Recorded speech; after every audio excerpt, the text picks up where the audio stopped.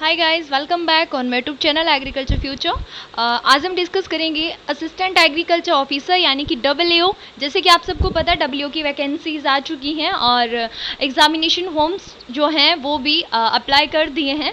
तो जो डब्ल्यूओ है आरपीएससी डब्ल्यूओ एग्जामिनेशन जो होता है उसमें जो प्रीवियस ईयर यानी कि पिछले साल जो आपका क्वेश्चन पेपर रहा है उनमें जो क्वेश्चन आपसे पूछे गए हैं या जो क्वेश्चन आपसे रिपीट किए गए हैं वो जो क्वेश्चंस हैं उनके बारे में हम डिस्कशन करेंगे। अगर आपको क्लास अच्छी लगे तो वीडियो को शेयर करें अपने फ्रेंड्स के साथ और वीडियो को ज़्यादा से ज़्यादा लाइक करें। एंड वीडियो को शुरू करने से पहले एक ही रिक्वेस्ट करना चाहूँगी कि अगर अभी तक आपने हमारे चैनल एग्रीकल्चर फ्यूचर को सब्सक्राइब नहीं किया है तो चैनल को सब्सक्राइब कर दें और बेल आइकन को भी प्रेस कर दें ताकि जैसे ही इस चैनल पर कोई भी वीडियो अपलोड होती है देन आपको नोटिफिकेशन सबसे पहले मिल सके। पीडीएफ के लिए आप ज्वाइन कर सकते हो हमारा टेलीग्राम चैनल जो कि एग्रीकल्चर फ्यूचर नाम से आपको टेलीग्राम पे मिल जाएगा और जिसकी लिंक आपको इस वीडियो के डिस्क्रिप्शन में भी मिल जाएगी। देन वीडियो को शुरू करते हैं। सबसे पहले क्वेश्चन की बात करते हैं हम। तो सबसे पहला क्वेश्चन कौन सा है, स्टैंडर्ड साइज ऑफ एग्रोमेट्रोलॉजी। ठीक है, अगर बात करें हिंदी और इंग्लिश की तो ज़्यादा सूटेबल जो रहती है, नॉर्मली जो मुझे बोलते हैं स्टूडेंट्स कि आप हिंदी में करवाया करो, बिकॉज अगर हम बात करें आरपीएससी का एग्जामिनेशन है ये, ठीक है, डब्ल्यूओ का, तो इसमें ज़्यादातर हिंदी के लिए बोलते हैं स्टूडेंट्स। दैन इस क्वेश्चन पेपर को हम हिंदी में सॉल्व कर लेते हैं बिकॉज आपको ऊपर जो क्वेश्चन है वो इंग्लिश में भी तो शो हो रहा है तो कोई प्रॉब्लम नहीं होगी। ओके, देन फर्स्ट जो आपका क्वेश्चन है वो कौन सा है, कृषि मौसम जो वेधशाला है। ओके, तो उसका मानक आकार होता है, उसका मानक आकार कितना होता है, आपको ऑप्शंस दिए गए हैं अलग अलग। फर्स्ट कौन सा है 120 फुट इंटू 100, ठीक है, और सेकंड कौन सा है 140 इंटू 100 और थर्ड कौन सा है 160 इंटू 120 और आपका जो डी ऑप्शन है वो कौन सा है 180 इंटू 120। तो आपका राइट आंसर कौन सा रहेगा फर्स्ट वाले का। फर्स्ट वाले की अगर हम बात करें तो इसका आपका राइट आंसर रहेगा 180। 1 सेकेंड मार्कर ले लेती हूँ। तो आपका राइट आंसर जो रहेगा वो कौन सा रहेगा 180 फुट इंटू 120। ठीक है, नेक्स्ट क्वेश्चन की अगर हम बात करें जो हमारा दूसरा क्वेश्चन है तो वो कौन सा है, 1 सेकेंड, दूसरे क्वेश्चन की बात करें तो हानिकारक सौर विकिरण जिनको ओजोन परत द्वारा अवशोषित कर लिया जाता है, ठीक है, जो हार्मफुल जो हानिकारक सोलर रेडिएशन होती है जिनको ऑब्जर्व कर लिया जाता है, अवशोषित कर लिया जाता है किसके द्वारा, ओजोन परत के द्वारा। तो ये पूछ रहा है कि वो कौन सी हानिकारक विकिरणें हैं या फिर कौन सी हानिकारक हार्मफुल आपकी सोलर रेडिएशन है। आपको ऑप्शन में दिया गया है बैंगनी किरणें या पराबैंगनी किरणें, लाल किरणें या अवरक्त किरणें, ठीक है, जिन्हें हम इंफ्रारेड रेज बोलते हैं। तो इसका जो राइट आंसर रहेगा आपका कौन सा रहेगा, पराबैंगनी किरणें, ठीक है, जिसको इंग्लिश में हम क्या बोलते हैं, ultraviolet rays. Okay, then third question की बात करते हैं। तो थर्ड क्वेश्चन आपका कौन सा है, which chemical is use as defoliant to improve boll opening in cotton. ठीक है, कॉटन के अंदर जो बॉल रहता है, बॉल आपको पता होगा किसे कहते हैं, जैसे कि आपने नॉर्मली कॉटन देखी होगी। ओके, तो कॉटन का जो फ्लावर टाइप का होता है जिसमें कॉटन लगती है, उसके लगने से पहले क्या होता है, ऐसी एक स्ट्रक्चर होती है राउंड राउंड जिसके अंदर क्या होता है, बॉल का फॉर्मेशन होता है, उसे ही हम क्या बोलते हैं, जिसके अंदर क्या होता है, सॉरी, कॉटन का फॉर्मेशन होता है, उसे हम क्या बोलते हैं, बॉल बोला जाता है। ओके, देन ये देखो, कपास में डोडे खुलने की क्रिया को बढ़ाने हेतु पत्तों को गिराने के लिए कौन सा रसायन काम में लेते हैं। तो पत्तों को गिराने के लिए कौन से केमिकल का या कौन से रसायन का यूज़ किया जाता है। तो आपका ऑप्शन, आपको 4 ऑप्शन दिए गए हैं, कौन सा है, थायोडाया जुरोन 100 ग्राम पर हेक्टेयर, ये जो है लगाया हुआ है एंड में, इसका मीन्स है पर हेक्टेयर, यानी कि आपको 1 हेक्टेयर में 100 ग्राम अप्लाई करना है। ओके, तो आपको ये 4 अलग अलग ऑप्शन दिए गए हैं। तो इन केमिकल्स में से बोल रहा है कि कौन सा केमिकल है जो कि क्या किया जाता है, यूज़ में लिया जाता है। तो आपका राइट आंसर कौन सा रहेगा, फर्स्ट जो है आपका राइट आंसर रहेगा। नेक्स्ट क्वेश्चन की अगर हम बात करें 4th नंबर की, तो ये बोल रहा है माधुरी मक्का के किस वर्ग की उन्नत किस्म है। जो माधुरी है तो वो मक्का के किस वर्ग की, आपको पता है मक्का को अलग अलग मतलब कि अलग अलग कैटेगरी के अंदर क्लासिफाई किया गया है, तो बोलता है कि कौन सी कल्टीवार, मेज की जो कौन सी कल्टीवार है उसके अंडर में माधुरी वैरायटी को रखा गया है।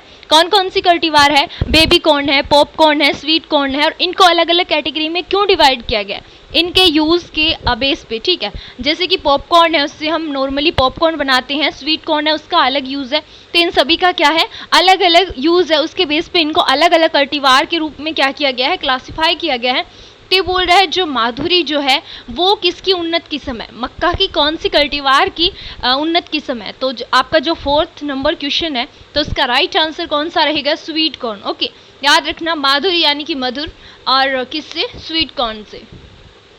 नेक्स्ट क्वेश्चन जो है 5th नंबर क्वेश्चन आपका है, फसल लॉगिंग एक प्रकार की विधि है, ठीक है।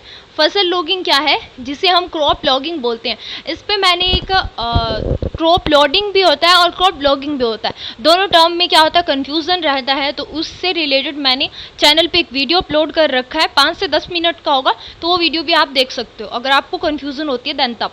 तो वाटर लॉगिंग जो है, फसल लॉगिंग जो है, ये बोल रहा है कि एक प्रकार का मेथड है, तो जिससे क्या होता है, ये इसमें क्या होता है, क्रॉप लॉगिंग के अंदर ये मेनली ये पूछना चाहता है।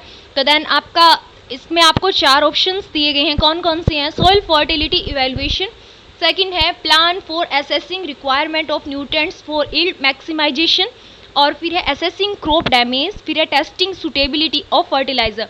तो इन चारों में से आपका राइट आंसर जो रहेगा वो कौन सा रहेगा, आपका राइट आंसर रहेगा plan for assessing requirement of nutrient for yield maximising, ठीक है। यानी कि ज़्यादा से ज़्यादा पैदावार के लिए न्यूट्रिएंट्स को क्या करना, ये देखो उच्चतम पैदावार हेतु पोषक तत्वों के निर्धारण की विश्लेषण योजना बनाते हैं। ओके, तो उसे क्या बोलते हैं हम, क्रॉप लॉगिंग मेथड में रखा गया। ओके, देन नेक्स्ट क्वेश्चन की हम बात करते हैं। नेक्स्ट क्वेश्चन हमारा है 6 नंबर क्वेश्चन है, तो कौन सा है, स्नेही के रेशे का वह कौन सा घटक है जिसके कारण उसे करेंसी नोट का कागज बनाने में सबसे उपयुक्त देसी कच्चा माल माना गया है। यानी कि जो स्नेही होती है, आपकी जो क्रॉप है, सनहेम्प जिसे हम बोलते हैं, ये बोल रहा है कि सनहेम्प का जो फाइबर होता है, रेशा जो होता है, इसका कौन सा घटक है, कौन सा कंपोनेंट है जिसके कारण क्या होता है, उसे करेंसी नोट बनाने के लिए, करेंसी नोट का जो कागज होता है उसे बनाने के लिए क्या करते हैं, देसी कच्चे माल के रूप में क्या करते हैं, इसके फॉर्म में इसको यूज़ में लिया जाता है। तो ये बोल रहा है कि ऐसा क्या होता है, कौन सा घटक यूज़ में लेते हैं, यानी कि स्नेही का जो फाइबर होता है, सनहेम्प का फाइबर होता है, उसके कौन से कंपोनेंट को यूज़ में लिया जाता है। तो इसमें आपको अलग अलग ऑप्शन दिए गए हैं, option A cellulose, option B pentose, फिर है लिग्निन, और या फिर आपके पास 4th ऑप्शन है यूरेनिक एनहाइड्राइट। ओके, तो आपको इन चारों में से राइट आंसर बताना है कि कौन सा है। तो आपका जो राइट आंसर है वो है सेल्यूलोज। ओके, क्या पाया जाता है, स्नेही के रेशे में क्या पाया जाता है, सेल्यूलोज, जिसकी वजह से इसका यूज़ कहाँ पे किया जाता है, इसका यूज़ किया जाता है करेंसी नोट का जो कागज बनाया जाता है उसमें। ओके, देन नेक्स्ट क्वेश्चन है आपका, दैनिक औसत तापमान से किस फसल की निम्नतम दहलीज तापमान के विचलन को कहते हैं। देखो हिंदी के अंदर क्या रहता है ना, कि कुछ टर्मिनोलॉजी इतनी शुद्ध हिंदी में होती है कि हमें नहीं पता चलता कि एग्जैक्टली वो पूछना क्या चाहता है। ओके, देन इंग्लिश के क्वेश्चन को भी एक बार देख लिया करो, जिससे कि आपको इजीली समझने में आसानी हो, क्योंकि अगर आपकी कोई भी करेक्शन रहती है तो इंग्लिश के जो क्वेश्चन होते हैं उनको क्या किया जाता है, उनको राइट माना जाता है। ओके, देन एक बार इंग्लिश के क्वेश्चन को भी देख लिया करो।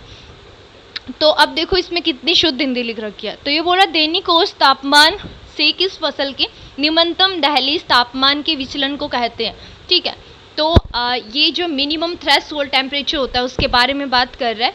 ओके, दैनिक यानी कि डेली का जो टेम्परेचर होता है। ओके, तो इसका जो आपका राइट आंसर है, फर्स्ट ऑप्शन आपको दिया गया है दैनिक बदलाव, फिर है ऊष्मा इकाई, तापमान प्रवणता, या फिर अवनति दर यानी कि लैप्स रेट, ठीक है, या फिर टेम्परेचर जो आपका है टेम्परेचर ग्रेडियंट, या हीट यूनिट। ठीक है, तो आपको अलग अलग ये ऑप्शन दिए गए हैं, तो इनमें से आपको राइट आंसर बताना है। तो राइट आंसर कौन सा है आपका, heat unit. Okay, right answer कौन सा है, 7th नंबर का राइट आंसर है बी। और उसके बाद में 8th नंबर क्वेश्चन की बात करते हैं हम। 8th नंबर क्वेश्चन है, भारत में वर्षा आदि द्वारा कुल जल संसाधन की अनुमानित उपलब्धता है। तो भारत में जो वर्षा होती है उसके द्वारा ये बोल रहा है, जो क्वेश्चन में आपसे पूछ रहा है, तो कौन सा है, the total water resources available through annual precipitation in India। जो टोटल वाटर रिसोर्सेज हैं वो इंडिया के अंदर एनुअल प्रेसिपिटेशन की, तो उसके पूछ रहा है आपको, ठीक है, उपलब्धता पूछ रहा है, उसकी अवेलेबिलिटी पूछ रहा है, तो कितनी है। आपको 4 ऑप्शन दिए गए हैं, तो 8 नंबर क्वेश्चन जो है उसका राइट आंसर आपका कौन सा है, 4000 BCM। Okay, and next question है, प्रत्येक फसल की बढ़वार एवं विकास हेतु न्यूनतम, इष्टतम और उच्चतम तापमान निर्धारित है जिसको कहा जाता है। देखो कोई भी क्रॉप है, ठीक है, उसको ग्रो करने के लिए या फिर अपनी यानी कि लाइफ साइकिल के लिए, डेवलपमेंट के लिए क्या रहता है, उसे अलग अलग टेम्परेचर की रिक्वायरमेंट रहती है। यानी कि एक टेम्परेचर होता है मिनिमम टेम्परेचर, यानी कि उससे कम अगर तापमान हो जाएगा तो क्या होगा, फसल अच्छे से ग्रो नहीं कर पाएगी। ओके, और एक होता है हाईएस्ट टेम्परेचर। हाईएस्ट टेम्परेचर जिसे हम मैक्सिमम टेम्परेचर बोलते हैं। मैक्सिमम टेम्परेचर क्या होता है कि उससे ज़्यादा अगर हो जाएगा, यानी कि वो उससे ज़्यादा सहन नहीं कर सकती। ओके, मान लो कोई फसल है जो कि 35 उसका मैक्सिमम टेम्परेचर है। ओके, 35 से अगर 37, 36 हो गया तो क्या होगी, क्रॉप जो होगी वो ख़राब हो जाएगी, यानी कि अच्छे से क्या होगी, लाइफ साइकिल पूरा नहीं कर पाएगी। ओके, या फिर मुरझा जाएगी, ये कह सकते हैं। और ये तो इसका हो गया हाईएस्ट टेम्परेचर। और मिनिमम टेम्परेचर समझ आ गया आपको। ऑप्टिमम टेम्परेचर रहता है जो कि सूटेबल होता है। ओके, जिस टेम्परेचर पे क्या होता है, फसल अच्छे से अपनी ग्रोथ को पूरा कर सकती है। तो ये बोलता है कि उसे क्या कहते हैं, कोई भी फसल है उसके बढ़वार के लिए और विकास के लिए, ओके, अलग अलग टेम्परेचर की, यानी कि ग्रोथ और डेवलपमेंट के लिए उसे एक मिनिमम टेम्परेचर चाहिए होता है, एक ऑप्टिमम टेम्परेचर होता है और एक मैक्सिमम टेम्परेचर होता है। इसे हम बोलते क्या हैं, फर्स्ट है टेम्परेचर ग्रेडियंट, या फिर रिक्वायर्ड टेम्परेचर बोलते हैं, या कार्डिनल टेम्परेचर बोलते हैं, या फिर उसे हम ड्यूरिनल वेरिएशन इन टेम्परेचर्स बोलते हैं। तो आपका 9 नंबर क्वेश्चन जो है उसका राइट आंसर क्या रहेगा, कार्डिनल टेम्परेचर। क्या बोलते हैं, कार्डिनल टेम्परेचर, यानी कि हिंदी में अगर हम बात करें तो महत्वपूर्ण तापमान। ओके, देन नेक्स्ट क्वेश्चन हमारा जो है, 1 सेकेंड, नेक्स्ट क्वेश्चन है, सतही और भूगर्भीय जल दोनों स्रोतों मिलवा उपयोग कर खेत की सिंचाई करने को कहते हैं। यानी कि जो हमारा सतही जो वाटर है और भूगर्भीय, यानी कि जो भूमि के अंदर है, ठीक है, लैंड के अंदर जो है, दोनों की बात कर रहे हैं। तो दोनों वाटर का हम यूज़ कर रहे हैं फसल को ग्रो करने के लिए, पूरी तरह से उसका लाइफ साइकिल पूरा करने के लिए। तो ये बोल रहा है अगर हम उन दोनों वाटर का यूज़ करते हैं, सतही वाटर कौन सा होता है, जैसे कि नॉर्मली नहरों वगैरह के द्वारा हम जो पानी यूज़ में लेते हैं, ये सब सही है। ओके, भूगर्भीय की बात करें, जैसे हम ट्यूबवेल वगैरह की सहायता से क्या करते हैं, लैंड के अंदर से, सॉइल के अंदर से हम वाटर को निकालते हैं, उसे हम बोलते हैं। ओके, ये बोल रहा है दोनों ही टाइप के आप वाटर का यूज़ कर रहे हो और इरीगेशन कर रहे हो, तो उसे क्या बोलेंगे आप। तो इसका जो आपका राइट आंसर रहेगा, 1 सेकेंड, इसका जो इसमें आपको 4 ऑप्शन दिए गए हैं, जल उपभोग, सेकंड है मौसमी जल उपभोग, या फिर संयोजक जल उपयोग, या फिर कुल फसलीय आवश्यक जल। तो इसे आप क्या बोलोगे। ओके, यानी कि फसल की रिक्वायरमेंट के लिए जो क्रॉप होती है वो क्या करती है, जो लैंड से भी वाटर को क्या करती है, यूज़ में लेती है अपनी लाइफ साइकिल के लिए, और जो हम सही देते हैं उसको भी यूज़ में लेती है। तो इसका जो राइट आंसर आपका रहेगा कौन सा रहेगा, संयोजक जल उपयोग। ओके, सॉरी, उपभोग, सी नंबर। उसके बाद में नेक्स्ट क्वेश्चन है, अनाज की कौन सी फसल के दानों में सबसे अधिक मात्रा में वसा पाई जाती है। ओके, तो अनाज की कौन सी फसल के दाने हैं जिसमें सबसे अधिक क्या होती है, फैट पाई जाती है, सबसे अधिक फैट होती है। अनाज मीन सीरियल्स की बात कर रहा है, तो सबसे ज़्यादा जो पाई जाती है वसा जो होती है वो कौन सी फसल के अंदर होती है। आपको अलग अलग ऑप्शन दिए गए हैं। फर्स्ट ऑप्शन है बाजरा, सेकंड है ज्वार, थर्ड है गेहूं, उसके बाद में फोर्थ है आपका जौ।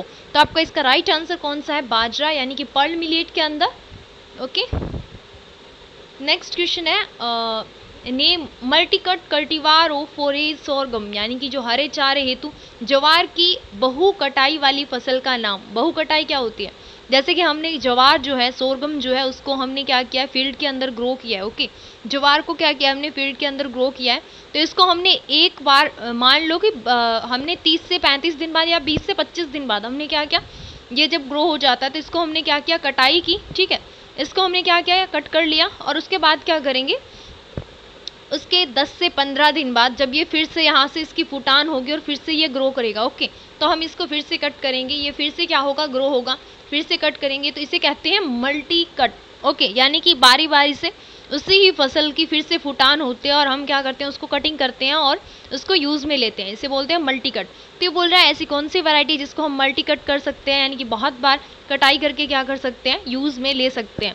तो आपके अलग अलग ऑप्शन दिए गए हैं 12th नंबर क्वेश्चन के। फर्स्ट कौन सा है, पूषा चेरी 6, राजस्थान चेरी 2, या SSG 59-3, या HC 308। तो आपका 12 नंबर क्वेश्चन जो है उसका राइट आंसर कौन सा रहेगा, आपका SSG 59-3। Okay, and next question है, सरसों की खली का अस्वादिष्ट होने का प्रमुख कारण उसमें पाया जाने वाला तत्व है। जो सरसों होती है, मस्टर्ड जो होती है, उसका जो ऑयल केक होता है, खली जो होती है, जिसे लोकल लैंग्वेज में खल भी बोला जाता है, जो खली होती है उसे क्या कहते हैं, ये बोल रहा है कि वो जो खली होती है उसमें अस्वादिष्ट होती है, ठीक है, या तो उसका रीज़न, उसमें कौन सा ऐसा तत्व पाया जाता है, कौन सा ऐसा एलिमेंट पाया जाता है जिसकी वजह से क्या होता है कि उसका मतलब वो अस्वादिष्ट होती है, मतलब टेस्टलेस होती है। ओके, तो ये बोल रहा है, सॉरी टेस्टलेस नहीं कह सकते, अस्वादिष्ट का मीन जो अच्छी नहीं लगे खाने में, ठीक है, तो ये पूछ रहा है। तो उसका आपका राइट आंसर है 13 नंबर क्वेश्चन जो आपका है उसका उसका राइट आंसर क्या है, सिनरजीन। ओके, उसके बाद में है भारतीय मसाला अनुसंधान संस्थान कहाँ पे है, यानी कि Indian institute of spices research is located at. जो Indian institute of spices research, जिसको आपको IISR करके भी पूछ सकता है। ओके, IISR का फुल फॉर्म क्या है, IISR का फुल फॉर्म है Indian institute of spices research. तो है ये है कहाँ पे, तो इसके आपको 4 ऑप्शन दिए गए हैं, अजमेर में, आनंद में, या फिर कालीकट में, या फिर न्यू दिल्ली में, ठीक है। तो 14 नंबर क्वेश्चन जो है आपका उसका राइट आंसर कौन सा है, कहाँ पे है, कालीकट के अंदर है, किसका, मसाला अनुसंधान संस्थान। नेक्स्ट क्वेश्चन है, which variety of sesame possesses, 1 second कितना, हाँ 15 नंबर क्वेश्चन है, पहले हिंदी में देखते हैं। तिल की वह किस्म जिसमें चौगर्दी फलियां लगती है। ओके, तो तिल की ऐसी कौन सी जो है वैरायटी है, आपको 4 ऑप्शन दिए गए हैं, पहले वो ऑप्शन देख लो।